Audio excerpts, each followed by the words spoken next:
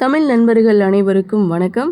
அக்னி சிறகு சேனல் சார்பாக இந்த வீடியோவுக்கு உங்களை அன்புடன் வரவேற்பது நான் உங்கள் கௌசி. கார்த்திக் ரேவதி சீரியலுடைய இன்றைக்கி எபிசோடுக்கான ரிவ்யூ என்ன அப்படின்றத பார்க்கலாம். எபிசோடை பொறுத்த வரைக்கும் சாமி மகேஷுக்கு விபூதி வைக்க மாட்டேன்னு சொல்லிட்டாரு.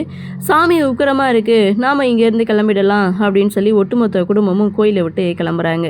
அப்படியே சீனை கட் பண்ணால் இங்கே சாமுண்டீஸ்வரி பூசாரி சொன்னதை நினச்சி ரொம்ப டென்ஷனாக இருக்காங்க. அதை பார்த்த சந்திரகலா, என்னாச்சுக்கா, ஏன் ஒரு மாதிரி இருக்கு அப்படின்னு சொல்லி கேட்க, பூசாரி எதுக்காக அப்படி சொல்லணும், கல்யாணம் நல்லபடியாக நடக்கும், ஆனால் நினைக்காதது நடக்கும்னு ஏன் சொல்லணும் அப்படின்னு இங்கே சந்திரா கிட்ட கேட்க, உனக்கு இந்த ஜாதகம் குறி சொல்கிறது இதிலலாம் சுத்தமாக நம்பிக்கையே இல்லை, ஆனால் இப்போல்லாம் அதில் நீ நம்புகிற மாதிரி இருக்கே அப்படின்னு இங்கே சந்திராவும் சொல்ல, அப்படி கிடையாது, ஆனால் மாப்பிள்ளைக்கு அவர் விபூதி வைக்கலை, இப்போது கல்யாணமும் நல்லபடியாக நடக்கும்னு சொன்னார், ஆனாலும் நினைக்காதது நடக்கும்னு சொல்லியிருக்காரு, அதுக்கு தான் எனக்கு அர்த்தம் என்னன்னு ஒன்றும் புரியலை அப்படின்னு சொல்லும்போது, அதான் பூசாரியே சொல்லிட்டாருல கல்யாணம் நல்லபடியாக நடக்கும்னு, ரேவதியுடைய நல்ல மனசுக்கு நல்லதே நடக்கும்க்கா அப்படின்னு சந்திரா சொல்ல, ஆமாம் ரேவதிக்கு நல்லதே நடக்கும், அதான் பூசாரி கல்யாணம் நடக்கும்னு சொல்லிட்டாங்க, மற்றதை நம்ம பார்த்துக்கலாம் அப்படின்னு சொல்லி இவங்களுடைய கன்வர்சேஷனை முடிக்கிறாங்க.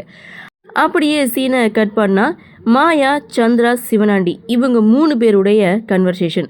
அங்கே நடந்த எல்லா விஷயத்தையும் இங்கே சிவனாண்டி மாயா கேட்குறாங்க. அப்போ தான் மாயா சொல்கிறாங்க, அந்த வீட்டு மாப்பிள்ளை இருக்காரே அவர் தான் மகேஷுக்கு கல்லை வாங்கி கொடுத்து உண்மையை உளர வச்சுட்டாரு, எப்படியோ அந்த கடவுள் புண்ணியத்தில் நாங்கள் தப்பிச்சிட்டோம் அப்படின்னு சொல்ல, இதுக்கெல்லாம் அந்த டிரைவர் தான் பிளான் போட்டு கொடுத்துருப்பான்னு சந்திரா ஒரு பக்கம் சொல்ல, அந்த டிரைவரை கல்யாணத்துக்கு முன்னாடியே வீட்டை விட்டு விரட்டினாதான் நாம் நினச்சது நடக்கும் அப்படின்னு சொல்ல, அந்த டிரைவருக்கு உண்மை எப்படி தெரிஞ்சிருக்கும் சிவனாண்டியும் கேட்க, அப்போ தான் மாயா குட்டி ஃப்ளாஷ்பேக் சீனாக நடந்த எல்லா விஷயத்தையும் சிவனாண்டி, சந்திரா இவங்க 2 பேருக்கிட்டையும் சொல்கிறாங்க.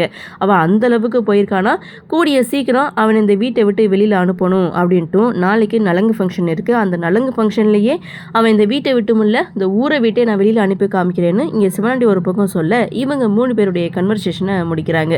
அப்படியே சீனை கட் பண்ணால் கார்த்திக், மயில்வாகனம் இவங்க 2 பேரும் தாத்தா பாட்டியை பார்க்குறதுக்கு வந்திருக்காங்க. அப்போது மயில்வாகனம் கோவிலில் நடந்த எல்லா விஷயத்தையும் தாத்தா பாட்டிக்கிட்ட சொல்ல, பாட்டிக்கு ஒன்றுமே புரியலை. அப்போ தான் அதற்கான விளக்கத்தை தாத்தா வந்து சொல்கிறாங்க, கல்யாணம் நல்லபடியாக நடக்கும், ஆனால் நினைக்காதது நடக்கும்னு சொன்னதுக்கு மகேஷ் கூட இந்த கல்யாணம் நடக்காது அப்படின்றத சாமியே சொல்லிடுச்சு அப்படின்ட்டும், சாமி மகேஷுக்கு விபூதி வைக்கலன்றதை பார்க்கும்போது நம்ம கார்த்தி தான் மாப்பிள்ளை ஆவான் அப்படின்ற மாதிரியும் இந்த இடத்துல பேசுகிறாங்க. அப்போது கார்த்தி வந்து இந்த கல்யாணத்தில் எனக்கு விருப்பமே இல்லை, எதுக்காக என்னுடைய கல்யாணத்தை பற்றியே நீங்கள் பேசிகிட்டு இருக்கீங்கன்னு கேட்கும்போது, ஏன்ப்பா தீபாவே நடிச்சிட்டு உன்னுடைய வாழ்க்கையை நீயே அழிச்சிட்டு இருக்க, அவள் போனவோ போயிட்டா, ஸோ அதே நினச்சி வருத்தப்படாமல் உனக்குன்னு ஒரு வாழ்க்கையை அமைச்சுக்கிடணும்ல அப்படின்னு சொல்லி இவங்க 4 பேரும் பேசிகிட்டு இருக்கும்போது, அப்போ மயில்வாகனம் சொல்கிறாங்க, நாளைக்கு ரேவதிக்கு வீட்டில் நலங்கு ஃபங்க்ஷன் ஏற்பாடு பண்ணியிருக்காங்க அப்படின்னு சொல்லும்போது, அந்த நலங்கு ஃபங்க்ஷனை முறமாமன் தான் நடத்தி வைக்கணும் அப்படின்னு சொல்லும்போது, முறமாமனா அது என்னது அப்படின்னு இங்கே மயில்வாகனம் கேட்க, முறைப்படி பொண்ணுக்கு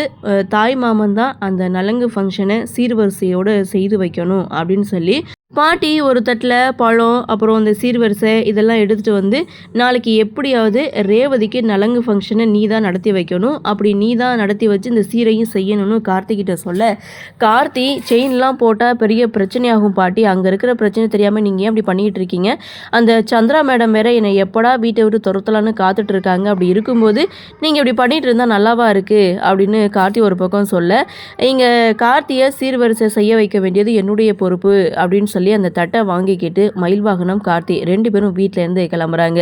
மறுநாள் இங்கே சாமுண்டேஸ்வரி வீட்டில் ரேவதிக்கான நலங்கு ஃபங்க்ஷன் ஏற்பாடு பண்ணியிருக்காங்க. ரேவதியையும் இங்கே மனையில் கொண்டு வந்து உட்கார வைக்கிறாங்க.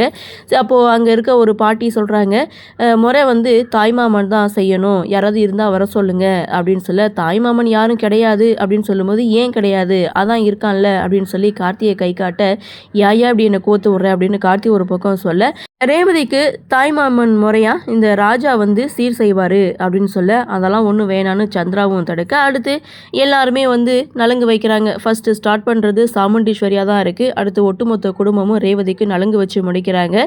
ஸோ எண்ணிக்கையில் பார்த்திங்கன்னா 20 வருது. இப்படி ரெட்டப்படையில் நலங்கு வைக்கக்கூடாது, ஒத்தப்படையில் தான் நலங்கு வைக்கணும் அப்படின்னு சொல்லும்போது, அப்போ தான் ராஜா ஒரு நல்ல ஐடியா பண்ணுறாங்க. என்னென்னு பார்த்தா, ராஜாவையே இங்கே நலங்கு வைக்க சொல்லலாமேன்னு இங்கே மயில்வாகனம் ஒரு பக்கம் சொல்ல, உன்னை என் தம்பியை நான் ஏற்றுக்கிறேன், நீ வந்து நலங்கு வை அப்படின்ற மாதிரி எபிசோட முடிக்கிறாங்க. அடுத்து என்ன நடக்கும் அப்படின்ற ஒரு எதிர்பார்ப்போட இன்னைக்கு எபிசோட முடிச்சிருக்காங்க. பார்க்கலாம் அடுத்தடுத்து என்ன மாதிரியான சுவாரஸ்யத்தோடு கதைக்கள நகர்வை கொண்டு வராங்க அப்படின்றத நாமளும் பொறுத்திருந்து பார்க்கலாம்.